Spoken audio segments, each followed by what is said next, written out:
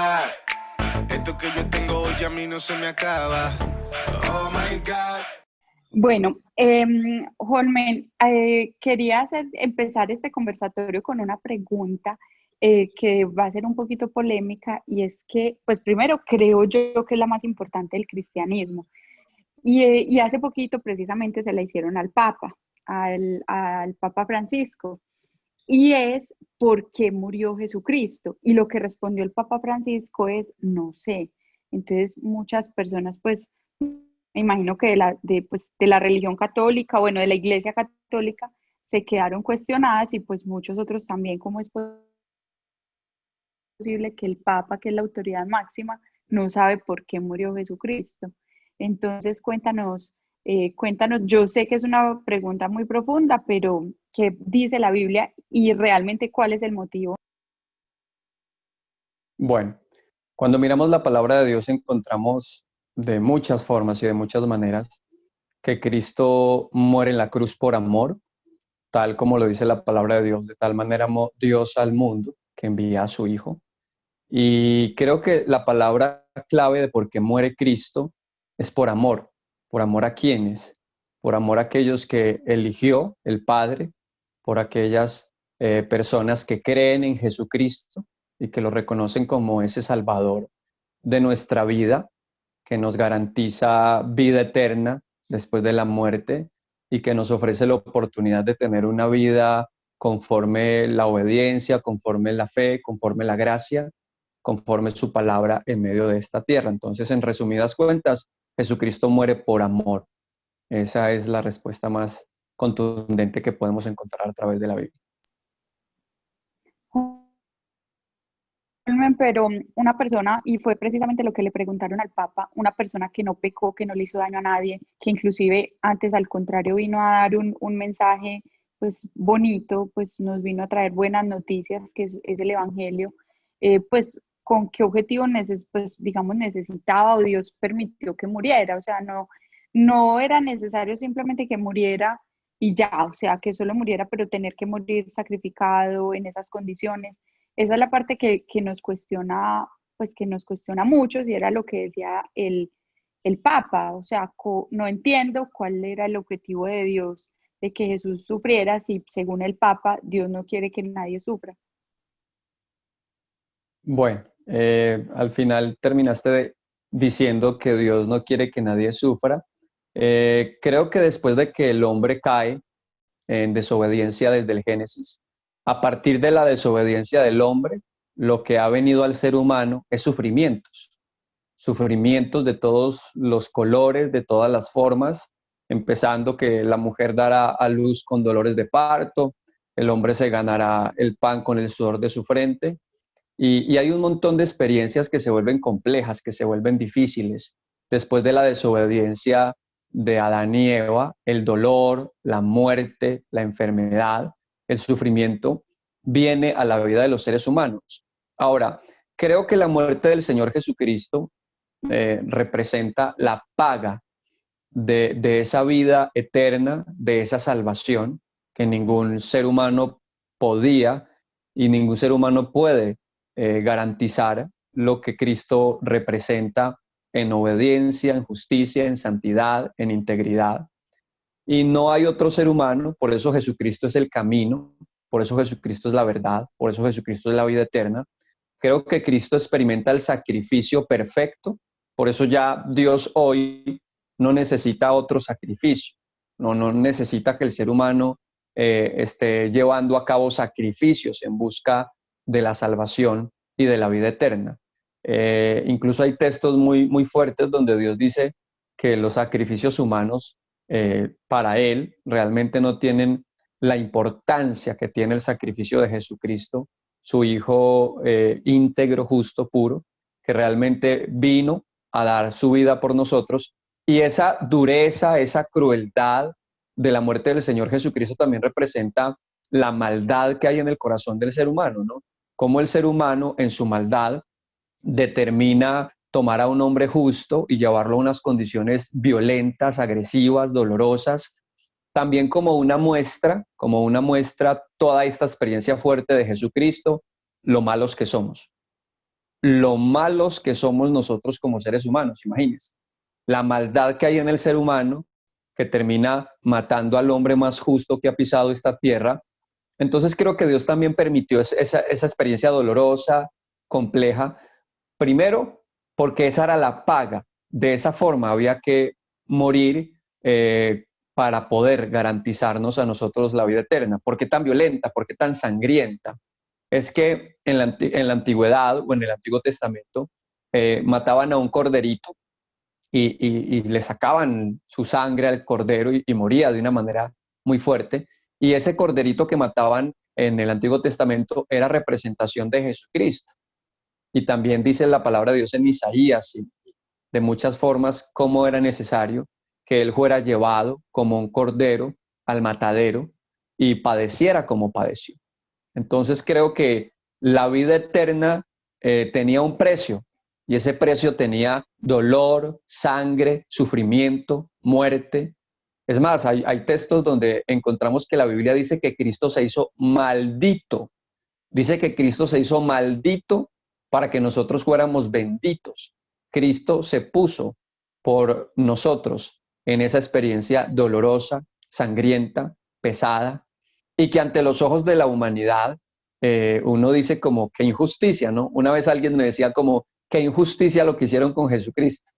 Entonces yo respondía que era necesaria esa injusticia para que la justicia de Dios se glorificara y para que los hombres quedaran avergonzados, aquellos que obraron de una manera equivocada desde la maldad con Cristo. Todos aquellos que matan a Cristo terminan avergonzados porque Cristo resucita al tercer día, porque Cristo está a la diestra del Padre y porque ni lo más doloroso ni lo más sangriento puede impedir que se cumplan los grandes propósitos de Dios.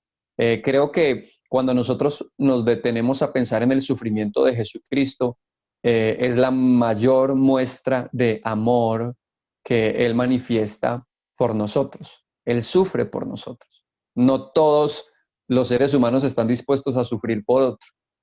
Casi siempre queremos gozar con el otro, reír con el otro, pero pocas veces queremos sufrir por el otro o dar la vida por el otro. Holmen, entonces, más o menos lo que yo entiendo es que para Dios el pecado es tan horrible que tiene que haber derramamiento de sangre, digamos, para poder pagar ese precio de pecar. ¿Es correcto? Y por Claro eso que es sí. que en el Antiguo Testamento se hacían sacrificios a Dios y digamos que llegó un momento, supongo, donde la gente empezó a pecar y se convirtió en un paseo, digamos, bueno, yo peco y mañana me mato un cordero y pues como que dice el que peca y sacrifica empata, en ese Sí, orden de ideas. incluso ese pensamiento que estás tomando, Carolina, es muy interesante porque hay un momento cuando uno se pone a leer las escrituras. Ejemplo, estaba los reyes y en un tiempo de los reyes que obraban de maneras terribles, pensaban que por muchos sacrificios que hacían iban a agradar a Dios. Y hay textos donde Dios dice, yo aborrezco sus holocaustos. O sea, aborrezco toda la cantidad de corderos o carneros o animales que ustedes me quieran traer a mí. Para mí ese olor y esos sacrificios no son aceptables, porque ellos pensaban que por tener muchos animalitos ofrecidos por los pecados, entonces o se sentían más poderosos o se sentían más espirituales, pero para Dios todos esos sacrificios estaban reducidos a nada. Dios siempre estaba más allá de mirar la cantidad de animalitos, era realmente la intención del corazón, porque aquí hay algo muy profundo, Caro, y no todo aquel que se arrepiente o dice arrepentirse o expresa reconocer a Jesucristo lo reconoce, no todo aquel que reconoce o dice garantiza que haya un verdadero arrepentimiento en la persona. Hoy estamos en un tiempo donde ser cristiano es una moda. Ser cristiano es una moda que usted lo escucha constantemente. Hace unos años decir soy cristiano era como raro. Hoy todo el mundo dice que es cristiano. Ah, yo también soy cristiano. Ay, es que usted cree que yo soy ¿qué? Un animal o que yo también soy cristiano, ¿verdad? Entonces no basta solo con decir soy cristiano, es necesario demostrar con obediencia, con hechos y como dice la Biblia, por los frutos los conoceréis. Entonces usted conoce un verdadero cristiano no por lo que dice, sino por lo que hace en su vida cotidiana, que ahí está la esencia. Entonces, en el Antiguo Testamento muchos traían una cantidad de corderos pensando que esa era la forma de sentirse bien delante de Dios, y Dios les decía, quiten esos corderos, porque la intención de lo profundo del corazón no traía un verdadero cambio, sino que también se manejaba esa apariencia o la hipocresía, que era mostrarle al mundo que entonces yo traía el cordero o muchos corderos y eso me hacía más espiritual. No es el camino ni la forma que Dios desea que vinieran ellos a Dios, ¿no? No, y se vuelve hasta práctico porque entonces yo, digamos que sacrifico varios corderos con anterioridad para poder pecar. Se vuelve como una paga anticipada del pecado, algo así. Sí, sí, claro. Y entonces ya se puede volver para el sacerdote un negocio, ¿sí?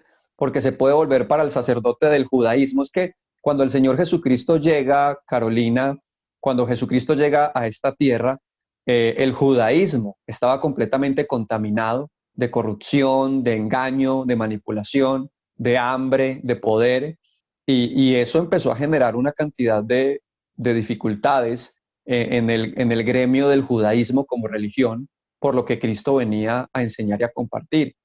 Entonces se volvía un negocio, claro, porque pues imagínese la cantidad de animalitos que le llevaban a los sacerdotes, y como había corrupción, entonces no siempre tomaban los corderos para hacer los sacrificios. Entonces algunas veces tomaban los corderos para hacer cualquier otro tipo de cosas, negocio, menos lo que realmente Dios quería, ¿no?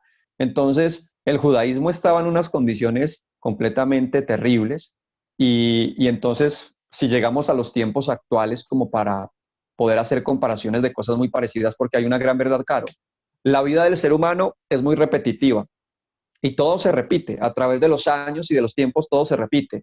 Hay cosas que han pasado hace 400, 500 años atrás y vuelven y se repiten, y de pronto decimos, ay, pero esto es nuevo. Incluso Salomón dijo, no hay nada nuevo. Todo es la repetición de la repetición a través de la historia.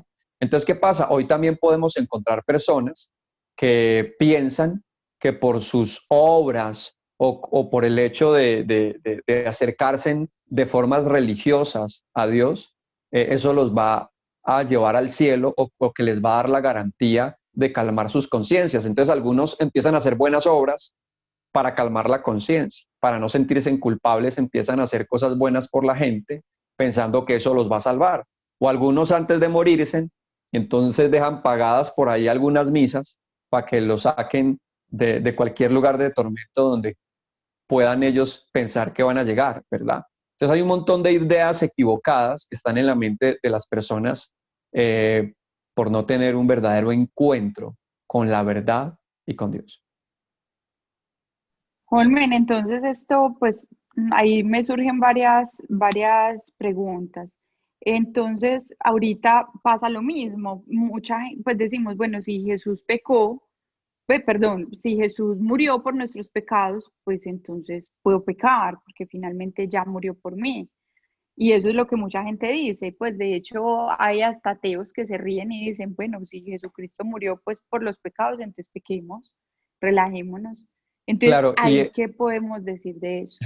que esa mentalidad que usted está poniendo en pensamiento aquí en el conversatorio, ese pensamiento es de personas que no están verdaderamente arrepentidas, de personas que no han tenido un verdadero encuentro con Jesucristo, y de personas que han malinterpretado completamente una palabra que se llama gracia, ¿sí? La gracia de Dios es un regalo y es un favor que Dios trae a aquellas personas que creemos al mensaje de Jesucristo. Entonces, esa gracia ha sido malinterpretada, distorsionada, manipulada por las personas que no se les ha revelado profundamente las verdades de la Biblia. Porque cuando a alguien se le ha revelado las verdades de la Biblia, Carolina, hay una de las cosas que empieza a crecer profundamente en el corazón de alguien que ha experimentado un verdadero encuentro con las Escrituras y con la gracia. Y es algo que se llama temor de Dios. Y ese temor es un respeto. Ese temor es lo que también la Biblia llama en Proverbios el principio de la sabiduría. El principio de la sabiduría es el temor a Dios. Y ese temor va creciendo a medida que vas conociendo, descubriendo los misterios, los secretos y las inmensas verdades de Dios que nos afianzan y que nos afirman a entender que sí, Cristo murió por nuestros pecados, que yo no me salvo por lo bueno que yo sea o por lo bueno que yo pueda imaginar que soy. No me voy a salvar ni por obras ni porque le reparta a los pobres. Yo me voy a salvar porque Cristo murió en la cruz, y es un tema de gracia y de regalo que vuelvo y digo, es malinterpretado, es manipulado, y muchas veces la gente cae en un libertinaje, y esa mentalidad de libertinaje no es de una persona que haya tenido un verdadero encuentro con Jesucristo. Olmen, nunca hemos hablado de un tema que es muy profundo y que personalmente para mí es muy pesado, pues ha sido muy difícil de entender, y es ese, y es que Jesús murió solamente por unos pocos, no por todos. Eso es básicamente lo que estás diciendo, es a quien Dios eligió básicamente. Entonces, quiere decir que si yo reconozco entonces con palabras, digo, pues o pido perdón a Dios y en nombre de Jesús, pero sigo y sigo pecando, entonces, pues primero quiere decir que no soy realmente cristiano. Y si no soy realmente cristiano, ¿qué pasa? Porque ese tema, aunque lo hemos tocado por los laditos, no lo hemos tocado directamente.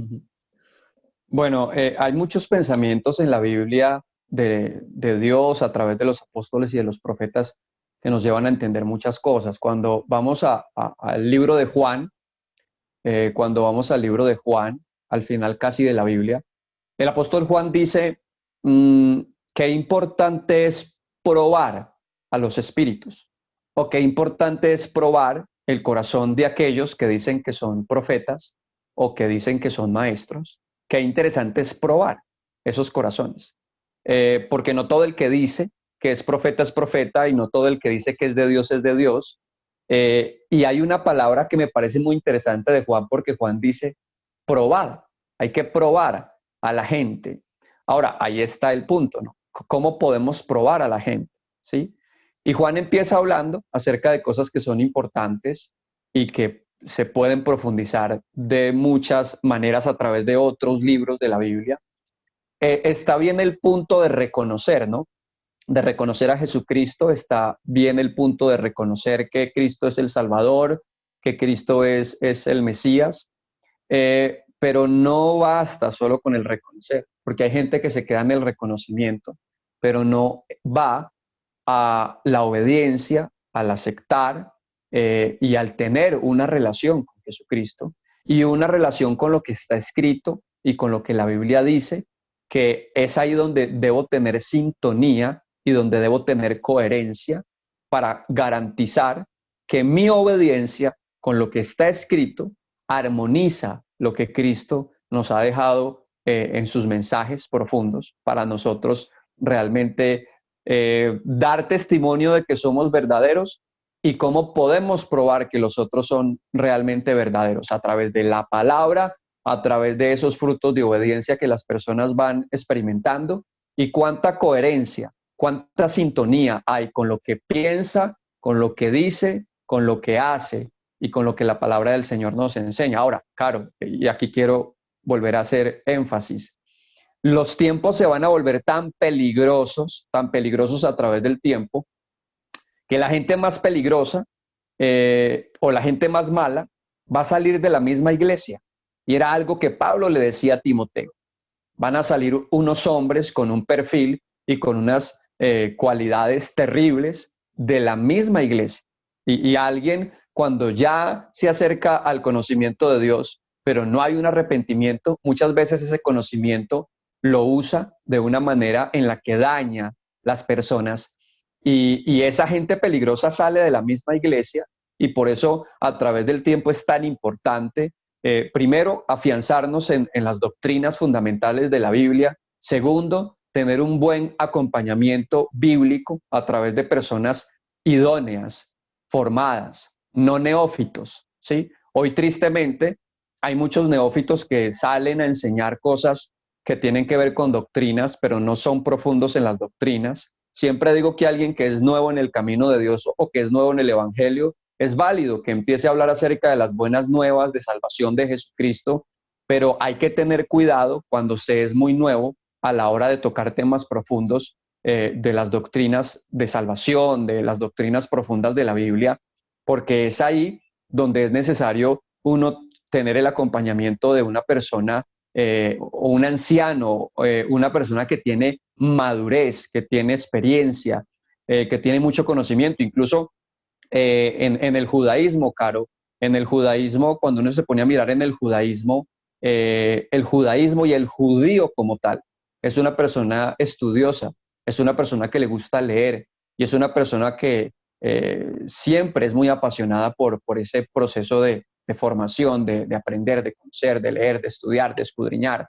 Nosotros estamos en una cultura donde a la gente no le gusta leer, donde a la gente no le gusta tomarse ese tiempo, Caro, de escudriñar, de investigar. Estamos en una cultura donde la gente nos gusta escuchar mucho, nos gusta ver mucho, pero pocas veces tomamos esa experiencia de leer, de intimar con la palabra. Y si hay algo que Jesucristo constantemente dejó como un mandato, es escudriñen las Escrituras, porque en ellas está la vida eterna.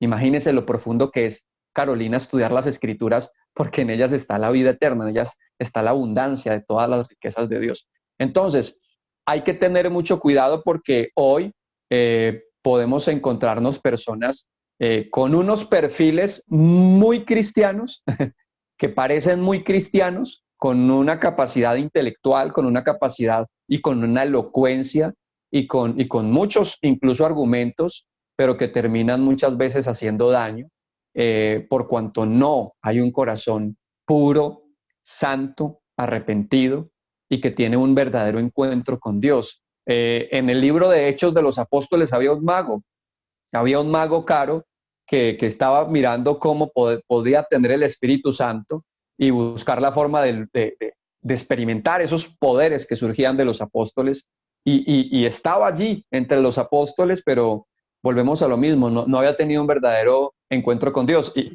para que seamos más profundos con el tema, siempre tomaré como ejemplo a Judas. Judas caminó con Jesucristo. Judas fue parte de los 12. Judas escuchó las mejores enseñanzas y tuvo al mejor maestro de todos los maestros. Sin embargo, se perdió. Sin embargo, estaba completamente desenchufado de las verdades. Holmen, pero entonces, digamos, entendemos que Jesucristo murió por nuestros pecados, pero entonces la pregunta específica es ¿por los pecados de quién? Porque entonces fue de algunos, Sí, no murió por todos. Eso es importante aclararlo. Sí, Cristo murió por aquellos que creemos en Jesucristo, y la gran verdad, Carolina, es que no todos creen en Jesucristo. Es más, son más pocos los que creen en Jesucristo que los muchos. Y alguien me dirá, pero no sea tan exagerado. ¿Cómo que Cristo murió por pocos? Y la respuesta es bíblica. Pocos son los escogidos, pocos son aquellos que realmente son escogidos, muchos los llamados, pocos los escogidos. Y ese pocos no lo digo yo, lo dice la palabra de Dios. La palabra dice que el camino al cielo es estrecho, no dice que es amplio. Entonces, dos estarán en el campo, uno será tomado y otro será dejado. Dos estarán acostados en una cama, uno será tomado y el otro será dejado. Entonces, es demasiado profundo el tema, Carolina, y hay que entender que Cristo murió por aquellos que creen, y no todo el mundo cree en Jesucristo. Holmen, bueno, y entonces, pues esto es un tema muy polémico. Yo sé que aquí hay algunos que somos cristianos y tenemos esa profundidad, pero hay otros que no. De pronto quien vea este video en YouTube sobre el tema del cielo y el infierno, hoy nos dicen que, pues que la persona, inclusive hay muchos cristianos que dicen que el que se muere sin Cristo simplemente desaparece, que porque el infierno es una metáfora. Y de hecho hay mucha gente que dice que el infierno está acá en la tierra, o sea, que cuando Jesús hablaba del infierno o la Biblia habla del infierno, habla del sufrimiento que tenemos en la tierra. Entonces, qué rico que nos aclares, pues, ese tema, o sea, hay Bueno, personas que realmente van al infierno, o sea, mejor dicho, Jesús murió por algunos y entonces por los que no murió van al infierno, ¿ok? tú lo has dicho. Así responde Jesucristo, tú lo has dicho. Carolina, varias verdades. Cuando hablamos del infierno, digamos que en el Antiguo Testamento, no era tan profundo o conocido el tema del infierno, sino que era más conocido como aquel lugar de los muertos o el Seol. Era más como visto desde ese punto de vista o desde ese pensamiento, perdón. Pero en el Nuevo Testamento el infierno se hace más profundo porque Cristo habla más del infierno que cualquier otro personaje bíblico. Cristo habla mucho del infierno. Cuando usted lee el libro de Mateo, que es uno de los evangelios que fue escrito con el propósito de que los judíos reconocieran a Cristo como el Salvador, en ese libro, en ese evangelio, tú encuentras muchos textos que tienen que ver con el infierno y Cristo es el que habla mucho del infierno. Entonces, cuando Cristo llega hablando del infierno, entonces es como que quita unas vendas y el panorama se vuelve aún más profundo de lo que en el Antiguo Testamento era. Nunca podemos olvidar que Cristo viene a aclarar, a profundizar. Es más, en algún momento algunos pensaron que Cristo venía a abolir o a quitar lo que dijeron los profetas y anularlo del Antiguo Testamento. Es más, hoy hay gente que piensa igual, como aquella gente en aquel tiempo, y Cristo dice, qué pena, yo no vine a quitar lo que dijeron los profetas o yo no vine a abolir, vine a hacer cumplir lo que ya estaba escrito. Y viene a ser más profundo en todos los temas. Entonces, cuando hablamos del infierno, Caro, encontramos un libro como Judas. Judas es uno de los libros que está al final de la Biblia. Y cuando miramos este libro de Judas, encontramos y podemos entender que el infierno es diseñado con un propósito de encerrar a unos ángeles que no guardaron su dignidad, que pecaron, que se rebelaron contra Dios, y son unos ángeles que están allí encarcelados o encerrados en prisiones de tormento eternas, y el infierno no, el infierno cuando uno se pone a mirar los textos es diseñado para aquellos ángeles caídos que se rebelaron contra Dios. Entonces, ese es la base de lo que es el infierno y de aquellos que habitan en primera instancia el infierno, ángeles caídos que están en el infierno, ¿sí? Ahora, a partir del pecado, a partir de la desobediencia, a partir de pensamientos como los que Cristo expresó cuando Cristo le dijo a cierto grupo de personas, ustedes son hijos del diablo, que esto es un tema polémico, Carolina, pero hay gente que son hijos del diablo, no son hijos de Dios. Y Cristo mismo se toma la autoría de decir, vosotros no me queréis obedecer, no me queréis escuchar porque sois de vuestro padre el diablo. Entonces, si Satanás y los demonios están como destino a habitar en un lugar que se llama el infierno, la pregunta es a dónde pueden ir aquellos que Cristo considera que son los hijos del diablo. Al infierno, ¿sí? Entonces, muchos seres humanos van a habitar el infierno. Muchos seres Pero humanos. entonces no es en la tierra, o sea, hay un lugar físico que es el infierno, que Sí, mucha gente dice que está en el centro de la tierra, también he oído, no sé si eso sea cierto. sí, sí, es lo que podemos entender a través de lo que también la Biblia nos dice. En las profundidades del abismo, que es una palabra también que incluso en algún momento cuando Cristo iba a liberar a un endemoniado, los demonios le hablan a Cristo y les dicen no nos mandes al abismo, porque es que aquí hay algo más profundo, Caro, y es lo siguiente. Hay demonios que están en el infierno, hay demonios que están en los aires, ¿sí? En los aires. Hay demonios que están en la tierra, hay demonios que están dentro de las personas, ¿sí? Entonces vemos que es un mundo espiritual que está de cierta forma por todas partes, ¿no? Excepto, hay algo muy profundo y hay personas que creen que el diablo puede ir al cielo y es algo que ya no acontece. Antes Satanás podía ir al cielo, hoy Satanás fue expulsado porque la Biblia lo establece. Satanás no puede ir al cielo. Satanás realmente, y aquí aclaro algo, Caro, Satanás no está en el infierno. Satanás como líder de las tinieblas está en la tierra. Va a haber un momento en que la Biblia dice que él va a ser atado Pero él por puede ir al milagros. infierno. O sea, ¿hay algún texto que explique que Satanás puede ir al infierno, como a dar la vuelta, Pues, a ver cómo? claro, creo que si él era tan atrevido de ir al cielo, y en un momento la Biblia lo hace entender en el libro de Job, si Satanás llegó a ser atrevido de ir al cielo, pues creo que no es nada raro que vaya al infierno. Lo que pasa es que cuando uno se pone a estudiar la personalidad de Satanás, es una personalidad que le gusta el poder, que le gusta la riqueza, que le gusta la fama, que le gusta el reconocimiento. Y creo que el infierno no es tan emocionante.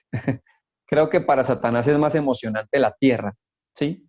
El infierno siempre será un lugar, Carolina, de tormento, de tormento, y hay demonios que no quieren ir al infierno, no quieren, no quieren ser mandados al abismo, quieren permanecer aquí en la tierra. Entonces Satanás, de poder podría, por sus capacidades de ángel caído, pero no quiere. Bueno, Holmen, y una pregunta. Tú decías, hay demonios que están en las personas, otros en el aire, otros en el agua, en fin. ¿Dónde está Satanás? ¿En una persona, en el aire? ¿Dónde Eh, podríamos decir? bueno, bíblicamente siempre es muy rico cuando tomamos la Biblia como referente de dónde es que está Satanás o qué es lo que realmente le gusta. Cuando uno se pone a mirar la Biblia, Satanás siempre le ha llamado la atención, Carolina, la gente muy adinerada. La gente que tiene mucho dinero, para Satanás es una persona interesante, ¿sí? Una persona muy famosa, le llama mucho la atención una persona famosa, y famosa en diferentes, digamos, en diferentes áreas de la fama, porque la fama tiene diferentes áreas, ¿no? Entonces, ejemplo, entonces Job era un hombre muy rico, era un hombre muy rico. Y aparte de que era rico, era un hombre temeroso de Dios, apartado del mal, pero era un hombre importante. Job era un hombre importante.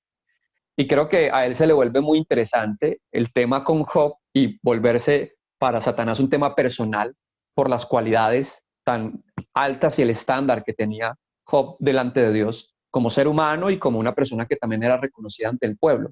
Oh my God, esto que yo tengo hoy a mí no se me acaba. Oh my God.